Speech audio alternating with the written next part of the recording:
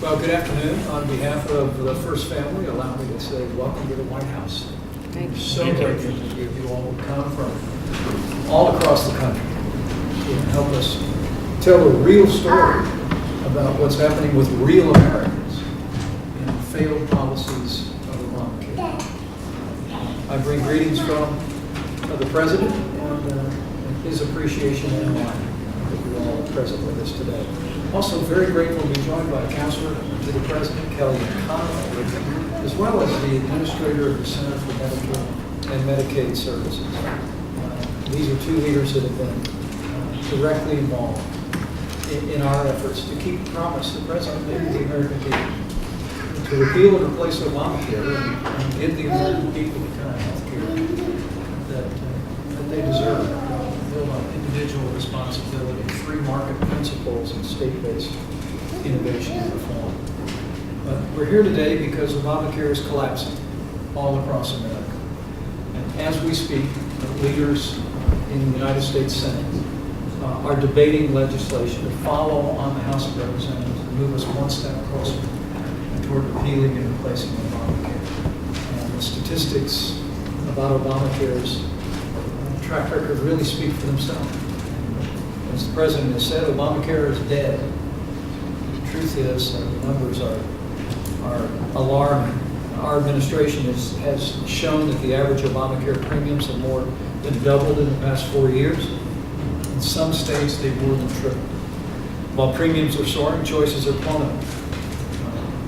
Our research shows that a third of American counties, including 5 whole states, have only one choice of Obamacare coverage, which is no choice at all. And insurers continue to abandon Obamacare. Virtually every day there's news of another major insurance company leaving an Obamacare exchange in another state around the country. It literally is imploding. But the reason why we're grateful that you've taken time to be here is because the story of Obamacare's failure is not a story of statistics. It's a story of real people and real hardship placed on the American people. And so the reason why we wanted you to come to the White House today was really to have a chance to tell your story. Sure. As members of the Senate will work over the course of the coming days to give us an opportunity to turn the page on the failed policies of Obamacare. We thought it would be altogether fitting to hear from people who were bearing the burden of Obamacare. So thank you for coming. Thank you for helping tell the story about this failed policy and the urgent need for Congress to act and to act soon to give the American people the kind of health care that they deserve. With that, let me just introduce a few folks who are with us, and then maybe have you just share for a moment. Julie Champagne and her husband Bart and I actually met when I was in Wisconsin a few weeks ago. Julie told me her story. Obamacare premiums, as she told me, it cost more than her mortgage. She told a personal story as well, a hard choice, Julie, that you and your family had to make coming up on the holidays because of the burden of Obamacare. Molly, why don't you go ahead and share from your heart, and then I'll introduce others around the table. First, I'd like to thank you for inviting us here, because I would love for our story of the average American to get out there. All I hear in the press is, oh my gosh, the Republicans are taking away subsidies and all the freebies. What about the stories that what happened to us back in 2009 when we lost our insurance? We lost our doctor. I had an amazing doctor, I lost her. What about those stories? Why aren't you telling those? Yeah, our premiums on the Obamacare exchange have skyrocketed. Our deductibles are off the charts. Between my husband and I, it's $13,500 deductible. Our premiums, last year, I know that everyone talks percentages, what they went up in percent. For us, that percentage from last year to this year, from 2016 to 2017, was $220 a month additional. We couldn't afford it in 2016, how do we afford it now? That's just crazy. Several months out of the year, you can go 3 months out of a 12-month period. So your premiums going up dramatically. You said more than $200 a month. And your deductible for this coverage is available under Obamacare is $13,500 for my husband and I. We have to meet that before our insurance pays anything. We opted to go without insurance. We go 3 months after a 12-month period, you don't have to pay the fine. So great risk, and a lot of serious thought, we decided to take that risk, so we can afford to buy Christmas presents for our children and grandchildren. I've never been without insurance. I've always paid my way, so that was hard to do, but we did that. We can't afford to use our insurance. This past winter, I was extremely sick for 5 weeks. I was down and out, but I'm going to work every day. I'm self-employed. I don't go to work. I don't get paid. And I couldn't afford to go to the doctor, so I finally, after 5 weeks, went to a walk-in clinic where it's really cheap compared to an office visit with the doctor.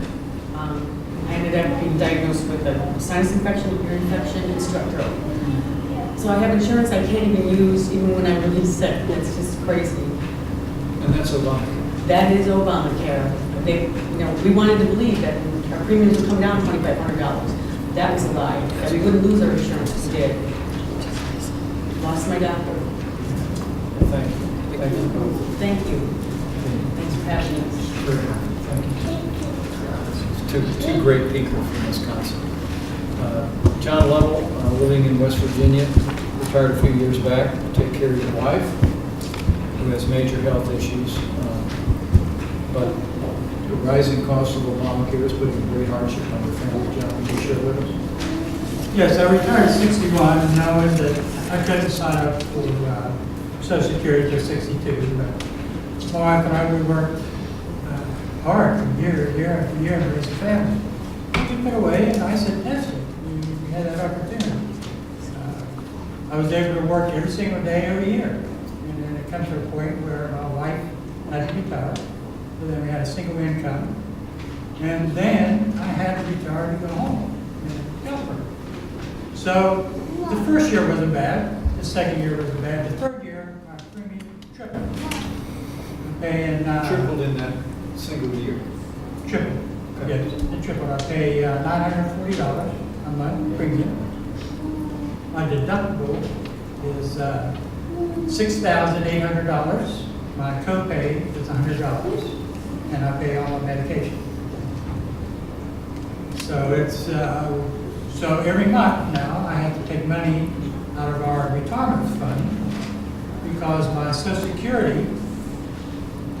If I use my Social Security to pay for my health care, I'm paying 54% of my Social Security for that, which is one of the very difficult things to do. And I do appreciate your hard work and your effort, and you noticed how broke this is, and you're willing to fix it. Thanks. Thank you, John. Appreciate that very much. Aaron and Andy Witzig and 2 of their 6 children, Poppy and Sally. Poppy has a rare condition that requires a serious medical care every year. They've lost their Obamacare plan and had to buy a new one. It costs more and covers less. Aaron, maybe you share your experience and your story, and thank you for bringing your beautiful daughter to us. My pleasure. We actually had Blue Cross Blue Shield. We had a really, really great plan. It cost us quite a lot, but we knew that we would be able to handle co-pays and deductibles when we didn't know what would happen. This was before Obamacare. This was before Obamacare, yes. And then post-Obamacare, our premiums actually got slashed because her need was no longer able to be applied towards the cost of the premium since there would be no pre-existing conditions. So we actually thought in the beginning that it was going to be a benefit to us, and we were a little bit excited about it. However, every year it has changed. And at this point, now we can't get the bandages she needs. She can't see the doctor she needs. Every year the plan is no longer available. Our premiums go up, our deductibles go up. But our biggest concern is the fact that we don't know what next year is going to be. If this year was already, you can't get these things. And we didn't find out until after we placed our first order for several $1,000s of bandages, and which we have to have to take advantage to take care of her. And so once we found out they weren't paying, I said, well, they're not in network. So they've always been in network. And they explained it to us that they no longer are this year. And so we could get an exception, but that would not be retroactive. So they were willing to grant us an exception exception for a few months after a lot of work on our behalf, but they don't have to continue doing that. We don't know when they're going to say no exception. And if we just need to go quick see her specialist doctor, we can't without just paying completely out of pocket. So it's more of the fact that insurance should be bringing peace of mind, and it's doing the opposite. But before Obamacare, you had a Blue Cross plan. Yeah. It was predictable. Very, and I mean, like I said, it was more at that point, just the premium, we had no copay, no deductible, very, very, very low deductible. But it was incredibly reliable. And we could count on it. We were willing to pay for something that we could count on. But now we're paying, and we don't know what we're getting. Right. So what's next? Well, thank you so much. And thank you for bringing Holly. She's absolutely adorable. Next up is Chris McCullough from Louisiana. Like millions of Americans, Chris has been facing high costs for a Obamacare plan, and he's found out that it's virtually useless. Chris, maybe you, and you want to come around this way if you want, please feel free. Chris, maybe you share with us your experience with The minimum Obamacare. policy would cost over $500 a month just for me. $6,000 deductible, so you're already over $11,000. It only covers 60%. I had a surgery. I negotiated with the doctors. It was under $6,000. Had I had Obamacare, it would have cost me that $6,000 deductible plus 40% of the excess, because the operation would have then been almost $15,000 instead of $14,000. My husband's covered by VA. But when I pay a penalty for not having it, I'm taxed on both of our incomes. So do you choose to pay the penalty instead of having it? It's been cheaper to pay my own medical and $4,000 worth of penalties over the past 3 years. Right, so one of, Seema, how many millions of Americans choose to pay the penalty instead of? 6.5 million. 6.5 million. is- They could use the money to buy healthcare. Amazing. Well, Chris, how important do you think it would be for the Congress to get the president's desk? Move now. Go right now. Don't wait till the meeting's over. Go get it done. Get rid of Obamacare. Let us buy insurance across state lines. That way we can pick and choose what we need.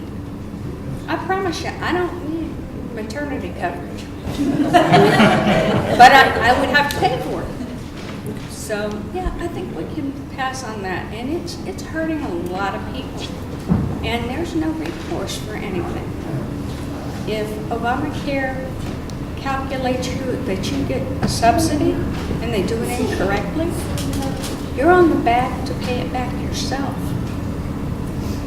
If your income's over 400% of the poverty limit, there's no limit to how much they can make you repay.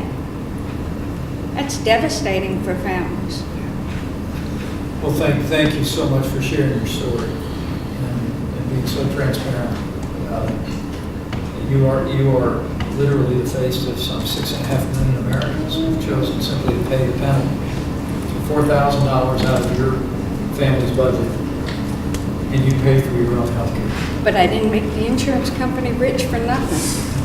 I just have to cover my own. Well, thank you, Chris, very much. We're also joined by Melissa Atkinson and her husband Rich from Ohio. You know, one of the we all remember the promises of Obamacare, don't we? If you like your health insurance, you can keep it. All right, we've already heard from Erin that she had health insurance she liked, she wasn't able to keep it. We heard if you like your doctor, you can keep it.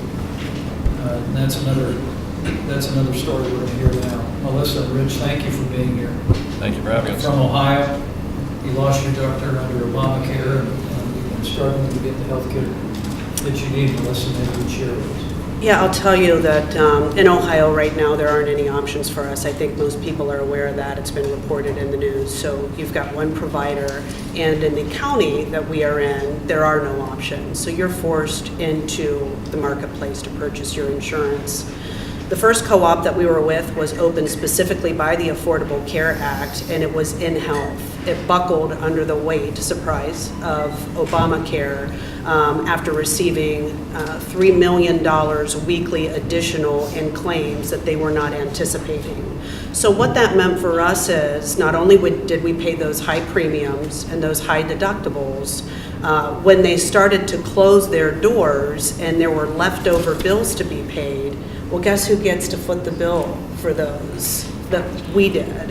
And so when you're trying to call and get things taken care of to get those bills paid, nothing was taken care of. So then we get a letter from the marketplace that says, InHealth is closing their doors. You now have to go back into the marketplace and choose another plan. Of course, you hear the same thing that I did. I watched our president stand on national TV and his cabinet and other folks specifically say, you will keep your doctor, you will keep these providers, pre-existing conditions are covered. And here's what people need to understand. Pre-existing conditions being covered are only as good as your provider working with the Obamacare insurance. Very simple stuff, folks. Very, very simple to understand. So if you have a provider that says, I'm not going to participate in the Obamacare plans, you just lost your provider. My son lost his therapist that I had been on a 6-month waiting list for. He was receiving occupational and physical therapy. It was a wonderful program that we had where we were working with the principal and the physicians and a vocational teacher at his school. And when I signed up for that marketplace plan that I was told, if you don't sign up, you're going to receive a penalty. I followed the rules. I did everything right. When I signed up, I told that rep at Marketplace, I can't afford to lose the providers we have. They checked the providers. I have a rare bone disease that requires condition that I receive constant attention for. I've had it since I was 14 years old. What difference does it make if those providers will not accept the insurance and they were pulling out left and right? I was pregnant just this past year.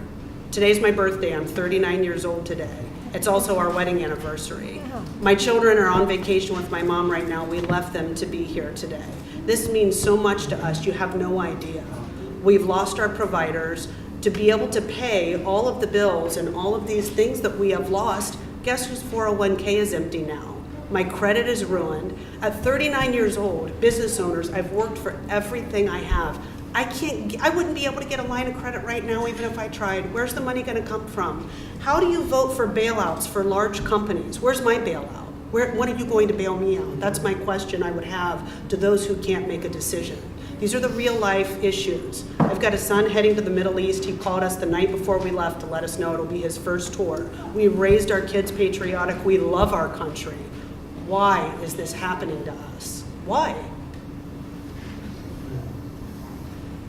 I appreciate you doing this. You have no idea. When I turn on the television, I hear... You have no idea how much we appreciate you. I hear celebrities and I hear people saying, oh, the rich don't care. They want to take this from people. I'm not rich. I'm middle class. I cleared $50,000 a year. I've lost everything I have. They're so out of touch with what's going on, they have no idea.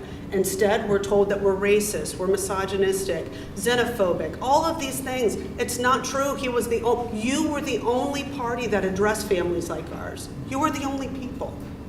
Melissa, thank you. Who's your son with? My mother.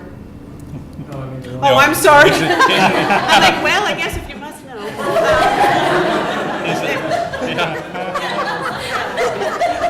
I thought that was kind of odd, but he's with the United States Army.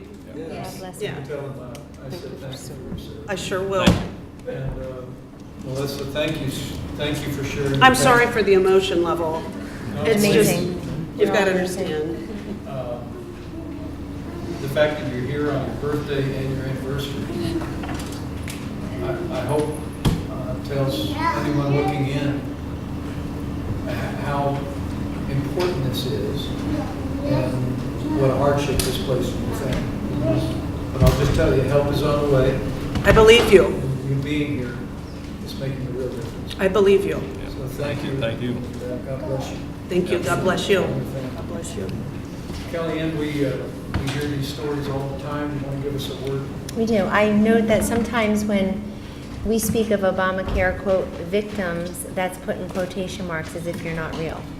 And to echo what the Vice President said, this is about real people impacted. It's not about statistics. And statistically speaking, we can no longer turn a blind eye to the fact that some people had the worst possible outcome in the last 7 years, which is you actually had a physical insurance card, but you couldn't use it.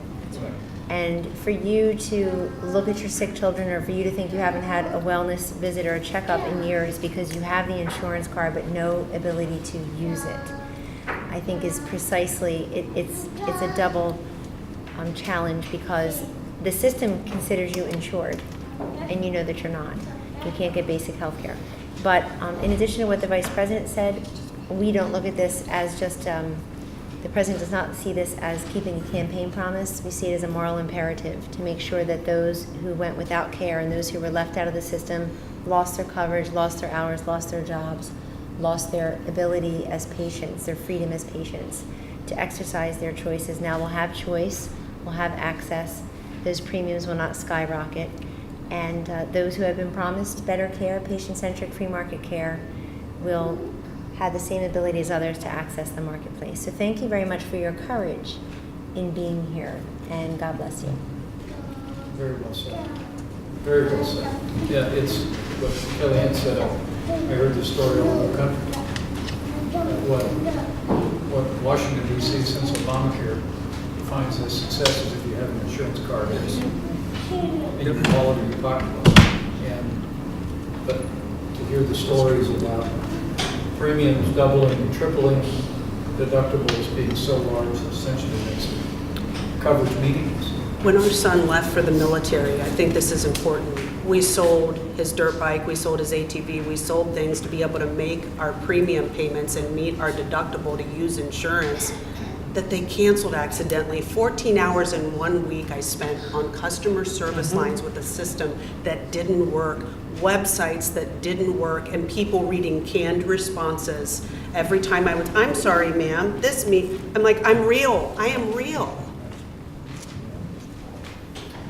David Moody, you spent a career in law enforcement. We thank you for your service. Thank you.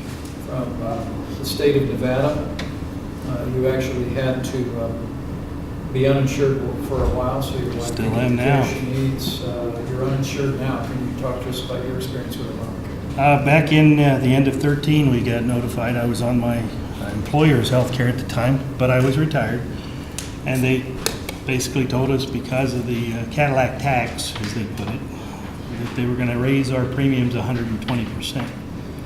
I was already paying it over $833, so it was going up over to $1,700. I was on fixed income on a retirement that if I go out and get another job, I'm limited to 19 hours a week where I lose my retirement. It goes into suspension because I can't afford that either. So I was in a rock and a hard spot. So we went through a broker, got insurance for my wife. I went the rest of the year of 14 without it.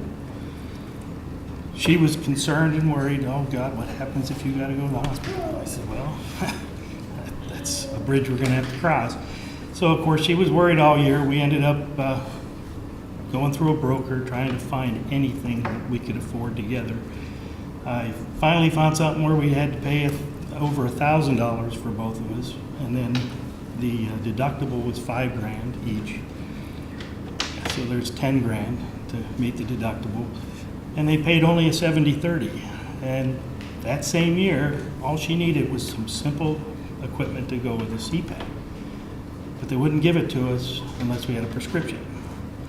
To get a prescription, we had to get a new sleep study. They billed the insurance $1,000, discounted it to $300. We had to pay it all. The doctor read the information. He billed the insurance $1,600 because he's a provider. They dropped it down to $200. We had to pay all that. Then we finally get a prescription. She goes down to get just a plastic mask in a tube, $150. We had to pay all that. So $650 just for a mask and a tube so that she could continue breathing at night. And I'm looking at that with what we're paying. I said, this is ridiculous. every year, they would raise us between 20 to 30% on the premiums and cut the benefits back. Luckily, she went on Medicare last year. I'm younger than her. So I'm still stuck with trying to deal with insurance, and they told me they were going to raise me 22.5% just on my premium and reduce my benefits even more, and tell me that I couldn't even take a vacation out of Las Vegas because if I did, none of the health care, if I had to go see a doctor or go to the emergency room, none of it would count towards the deductible. So I said, you're making me a prisoner. I says, I got a better idea. Why don't I just commit a crime? I'll go to prison. I'll get free health care. I'll get free meals, and I'll get a place to sleep. I says, I'd be better off. And it's sad, and everybody makes fun of it, and I make joke of it, but it's true. It's so true. And it doesn't just affect, I mean, it is affecting me because as of January, I have no health care because I just can't afford it. And I told the wife, I said, even if I had it, I conservatively used a $100,000 bill at a hospital. I'd have to come up, even if I had the insurance, I'd have to come up with $5,000 plus 30%. I said, so I'd have to come up with 35 grand. I'm sitting there going, I'd have to file bankruptcy. I said, so if I'm gonna have to file bankruptcy for that, I might as well just file it for 100 grand. What's the difference? Well, to give you an idea, I did 3 years in military. Back in, I was an MP in there, rode motors, rode motors out in Vegas. But I even went to the VA when I first got priced out, and they says, oh, you make too much money on your retirement, you don't qualify. I said, oh, I see, so I make too much to qualify, and I said, I'm not looking for a free handout, I just want something I can afford. That's what we hear from people all over the country. It's something you can afford, which the Affordable Care Act is supposed to provide. And because of that, yeah. Can I ask Seema, from the state of Nevada, David's hard with the law. Nevada is one of the states that's been hardest hit in a collapsing Obamacare exchange, isn't that correct? That's correct. I think that our concern is we're hearing that we've got 2 out of 4 counties that might not even have an insurer that's going to be offering, which means that people will be paying benefits and they don't have any place to go to buy their insurance. Yep. So this will be getting worse over time. Quite worse. And it's not just affecting me, it's, I represent law enforcement for Nevada, but there's officers that are on the job currently that can't retire because if they did, they can't afford the premiums. So they're not retiring. And trust me, I put 30 years in, that was long enough. Younger guys need to do that kind of work, not older guys. And that's what you're gonna have on the street. You're gonna have 65, 70-year-old guys still pushing cars around who shouldn't be. Dave, thank you. Thanks for your service in both uniforms. And thanks for being willing to come and share your family story. Oh, thank you. Today. Very important, very timely. Christine Chalky and her son Jacob are with us. Jacob has a very rare condition and receives treatment through Medicaid in Illinois. But the state's expansion of Medicaid under Obamacare means that people who need the care most are being too often are seeing those services shrinking. Christine, can you talk to us shrinking about and that? being hurt and some dying. And first, thank you for having us here to get this unknown truth out and an injustice happening to the truly most vulnerable, which are children and adults with physical and cognitive disorders, rare medical conditions, who get some help through Medicaid. They are being cut out as we expand Obamacare through Medicaid. Okay, this is my son Jake. We're the perfect example because when these cuts happened, Jake almost died, and here's why. Jake is one of 18 in the world. Okay, he is the oldest living survivor. He is doing the best of all. Most are bedridden with this disorder. When he was initially diagnosed at the age of 8 months, doctors predicted that he probably would never walk. Could live past stage 2, Mr. VP. Yeah. And I'm 22 years old and I'm a living miracle. He is. He's a living miracle.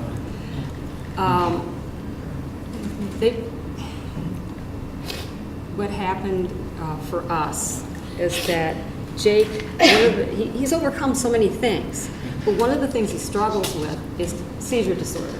Because he has a very rare seizure disorder, and because his brain is so malformed, he needs specific medications. And Jake was doing very well. We have insurance. I want to explain that. We have insurance, private insurance. But because of Jake's disorder, and because he's one of 18 in the world, he's classified as medically fragile, which are 1,200 children in Illinois. He's one of those 1,200. Although we are very lucky and blessed because Jake is standing, walking, and talking. Most of these children, Other ones. most of the children that have these rare disorders are bedridden. The parents can't come here. They can't travel. They're tired. They're exhausted. They have to take care of their children. But what I want to say is that as we have expanded Obamacare through Medicaid, we've had cuts. And what happened to us is we were getting some help to pay for the only medicine that would stop Jake's life-threatening seizure disorder. Well, after the Obamacare expansion, the state of Illinois stopped the medicine, paying for the medicine. It's very expensive. We tried on our own to try to keep paying for this medicine. We couldn't. So and I have to explain too, he had tried so many different other drugs. It isn't like we just tried this drug, but he's tried so many different other drugs, and this was working for him. And what we ended up doing is trying a different drug because our hands, we couldn't do any more. We tried a different drug thinking something would work. After 3 days of being on the medication, Jacob had a major life-threatening reaction. I found him unconscious. He had a major seizure. We had to run him to the emergency room. Got to the emergency room, and basically they had to treat him. They treated him trying to stop the seizure, okay, which was over several hours long. The damage after Jacob's seizure, thank God, was only temporary, but it was for a few days. He was unable to speak. He was unable to see. And those things came back after an overnight hospitalization slowly, and then he learned to walk again. Christine, if I can, I ran a state Medicaid program in Indiana, so I understand exactly what you mean. But it might be counterintuitive to people to think a state that expanded Medicaid was actually, as a result of that, reducing services to the most vulnerable and the most needful in the state. But that's exactly what you experienced. Exactly. We are a testament to it. We are the truth. And unfortunately, in Illinois, the 1,200 medically fragile children are on the cutting block each year. Okay, they have to hire attorneys and file suits so that the state will provide. So by expanding, and Seema, maybe you can weigh in on this, by expanding Medicaid up to 138% of poverty level, you're now doing the kind of performance that frankly we did in the state of Indiana. I agree. Make sure you're focused on what's needful. You ultimately can result in the states having to make choices and reduce services to the very people that Medicaid was created to protect and provide for. Is that Absolutely. Absolutely. That's been my concern, is that Medicaid serves as a lifeline for Exactly. individuals in a county program, and we're diverting our focus and our attention away from this program. We need to make sure that the program, instead of trying to divert focus, we need to strengthen the program to focus on providing high quality care and ensuring that we are reducing the outcomes. Thank you. Christine, thank you so much. Thank you for having us here. Jacob, we are so proud of you. Yes, we are. Thank you, You're sir. an amazing guy.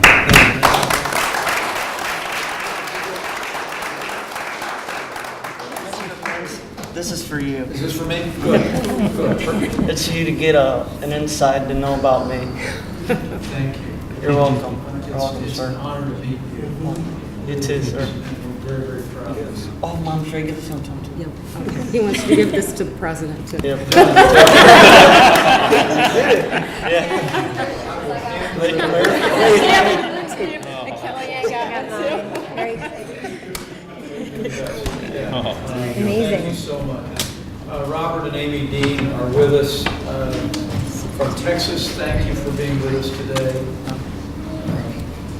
And thank you for being willing to be transparent and share your own personal story. You're foster parents. You have 6 children.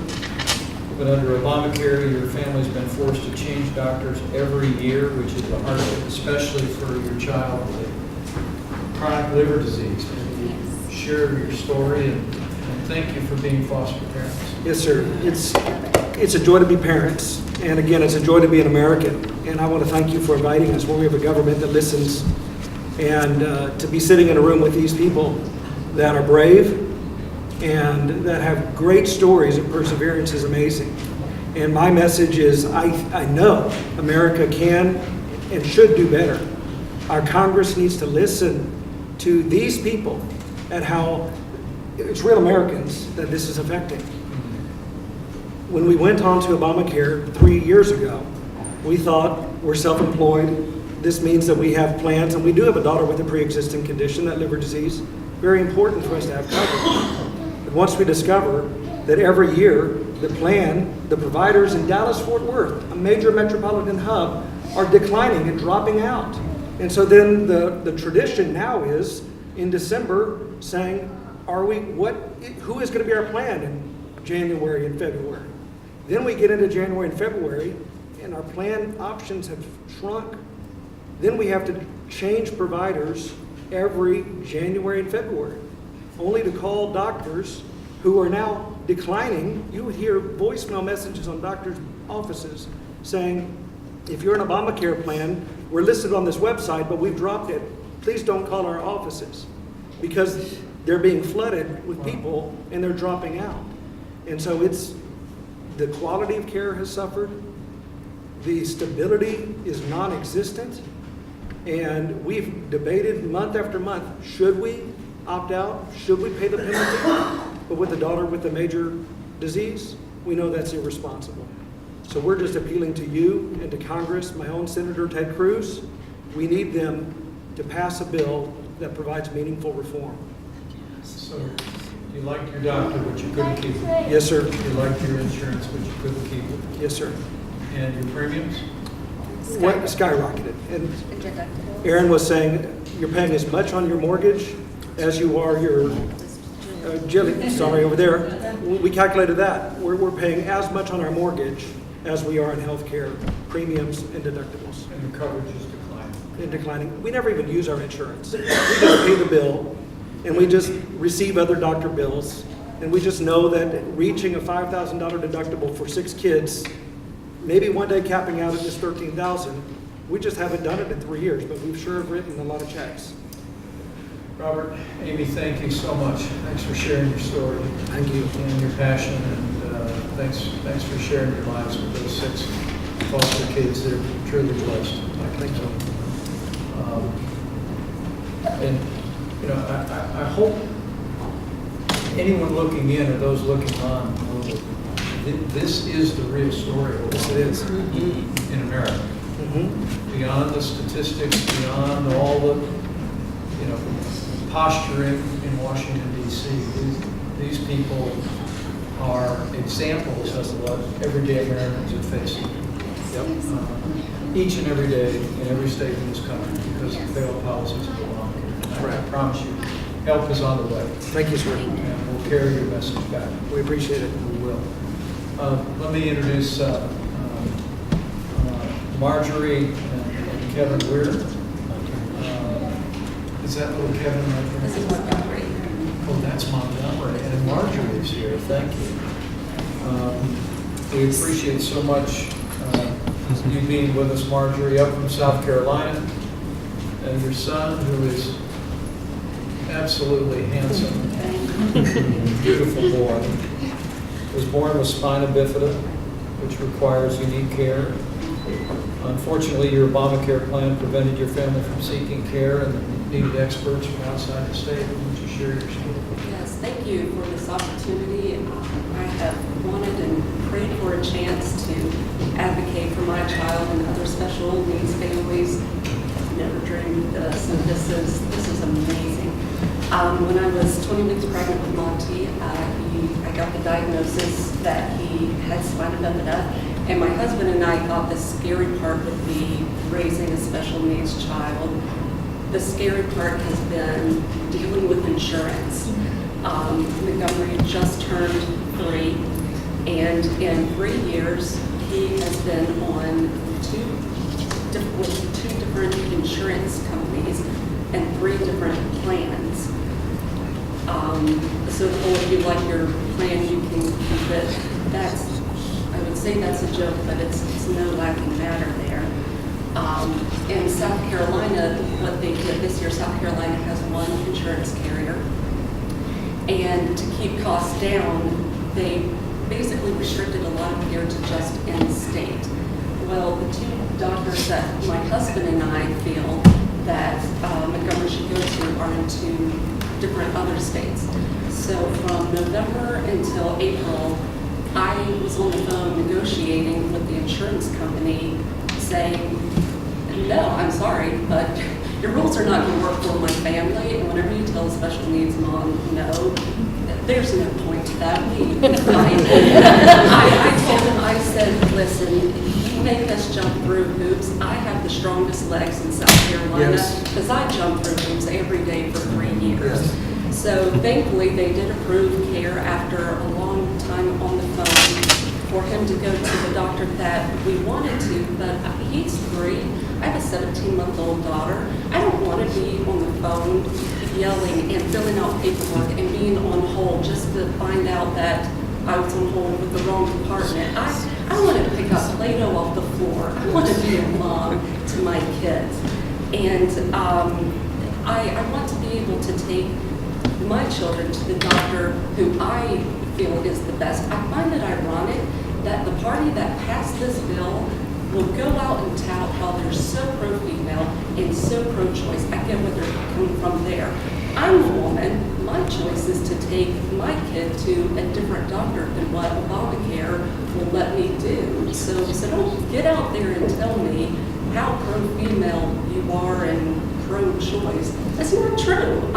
The place that I want to take my kid, you're giving me a hard time with because of your health care law. And whenever the plan changes every year, that can interrupt continuity of care, which is vital. He has to see 5 different specialists.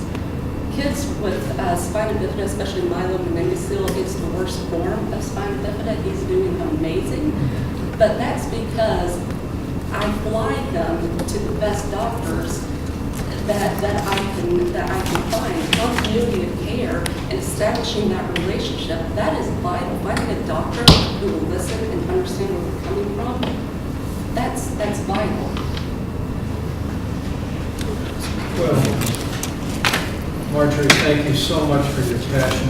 Thanks for being such a great mom. Thank you. Monty was truly blessed. Thank you. We're blessed to have him. We're blessed to have a special needs child. We are very blessed.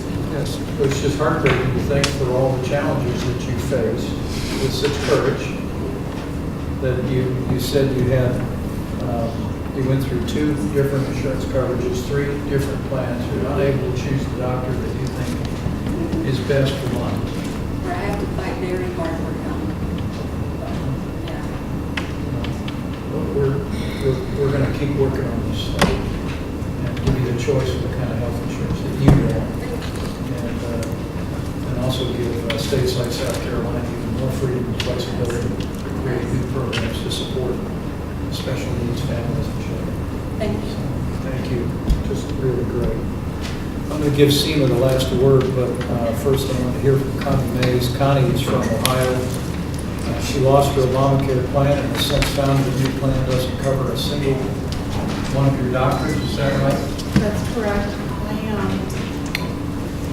I spent my entire life raising I grew up in rural Ohio, farm kid, living a farm life. All I ever do is listen. That's all my brothers and I ever did. And we were always taught, work hard and live the American dream. And unfortunately, after all that, I became disabled last year. So for the first time in my life, I found myself having to search for insurance. And went through the marketplace, found insurance, high deductible, high premium, and again, you know, trying to just manage that on top of making house payments, insurance payments, and just utilities, and just basically being able to live. Can you remember what your deductible was? The deductible was about $341 at that time. Not my deductible, that was my payment. My deductible was, my premium was $341. My deductible was a month. My deductible was $7,000. And it covered minimal, I don't even remember the percentage, but it covered minimal, and it covered my carriers, my doctors that I used. Did cover your doctor? It did cover them, but again, it was minimal. Well, then in the fall, in November, I received a notice from United Healthcare that they were no longer going to carry individual plans, and that I would need to find a new provider. So I thought CMS affected how many people in Ohio? Millions of people, I mean, we have thousands of people in Ohio. Thousands in Ohio, millions across the country. That's one of the untold stories about Obamacare right now, is how many Americans over the last year and more have simply received word that the insurance they have is no longer offered. It's happened twice to us. Oh, that's happened twice? Twice, every year, because they pull out the market. exactly. And then they turned around, and in November, I got a notice from the marketplace that, good news, we found you a carrier who is comparable to what you have now. So come January, we will, you'll just have to pay your premium and you will have coverage. So I thought that's great news, and the premium was actually less, so I got really excited, thinking, yay. But ultimately what happened was then I had to start going to the doctor. And, when you have multiple doctors, I went to my therapist, well, we're not covered under CareSource. Okay, so next thing I know, I have to go see my orthopedic. We're not covered under CareSource. We haven't got a contract with them. So then I had to go see my family doctor for some things that were happening. She was the one who finally told me, I live in Claremont County, Ohio. That's the county I live in. In Claremont County, there is basically one health care. It's the Mercy Health Partners. That's the system that we have. And all of the doctors belong to that. All of the hospitals start with the name Mercy Health. So my doctor informed me, my regular general practitioner informed me, she said, Connie, if you're with CareSource, none of your doctors are covered. None of them. So literally everything was out of pocket. So basically I was just paying a premium to have insurance to keep from paying the fine. So it made me livid, it made me sick. So what I did was I immediately called CareSource and I demanded. So you said, that's very profound. You said you came to realize yes, you were essentially paying a premium to avoid paying the fine, exactly. but you were not able to choose your doctor. What refund you gonna get? That took the insurance coverage. And these are doctors that I've had forever, and I'm sorry, I'm not going to start changing doctors to accommodate your needs. So I made the decision. But you would be counted in the statistics of someone that has insurance coverage. Exactly, because I had a card. So I had insurance coverage. So I called CareSource, and of course CareSource really had nothing to say. I wanted my money back. To me, $700 is a lot of money to pay over a 3-month period. And needless to say, they weren't very negotiable with that. So I made the decision to not renew my insurance. And at this time, I have no insurance coverage. But I think what really struck me was when I sat down and I realized that if anything at all happens to me, if my younger brother who shares a home with me comes home one day and finds me laying in the middle of the floor and goes to have an ambulance take me to the hospital in Claremont County, I may have a card that said I had insurance, but that hospital is going to start with Mercy Health. which means that my insurance was not going to cover anything. I go to a hospital and I had zero coverage, so I just, for me, it was a real awakening. So I thank you for the opportunity. I thank you for looking for real people. I think one of the things that keeps ringing in my mind that I heard over the last 8 years was affordable health care for everyone. I want to know who everyone is because it wasn't me. It wasn't me. And it isn't my family because they're struggling too. You know, my brother and sister-in-law are having a horrible time. And it's very disheartening. So I'm begging you, please, please, whatever it takes, we've got to get this fixed. It's destroying people. It's destroying me.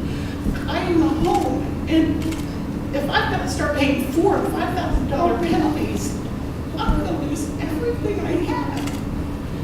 And I can't imagine what happened to that dream. That dream, work hard, and you will have these things. It's very painful. So please, please, we've got to get this changed. We've got to get it fixed. Thank you. Thank you for sharing your heart. And I promise you, the President and I and our whole team are not going to stop working until we get this thing done. Thank you. But Connie is really, as all of you are, an example of what millions of Americans have been dealing with. Washington, D.C., the advocates of Obamacare get credit for you being covered. But you came to realize it was meaningless. Meaningless. No doctor in your community would take the coverage that you had. And in Chris's case, just a decision to write a check, pay a penalty, and have no coverage, but in a very real sense, you were doing the same thing. Exactly. You just got a card you couldn't use it. It's all part of the broken promises of Obamacare. If you like your doctor, you can keep it. If you like your health insurance, you can keep it. The cost of health insurance would go down. Around this table, each one of you have a story that touches on each one of the broken promises of Obamacare. And what I would say on behalf of Administrator Verma, on behalf of Kellyanne Conway, most especially on behalf of the President of the United States, his help is on the way. Thank you.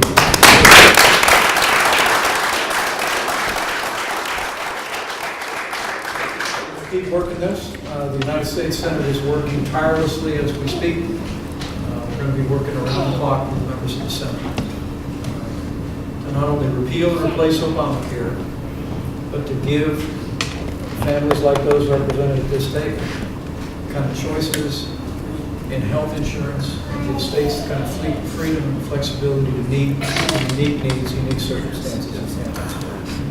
But we're grateful that you're here. The President and I just felt it was very important that people in Washington hear from the American people. And I thank you for letting your voice be heard. Thank you. Thank you.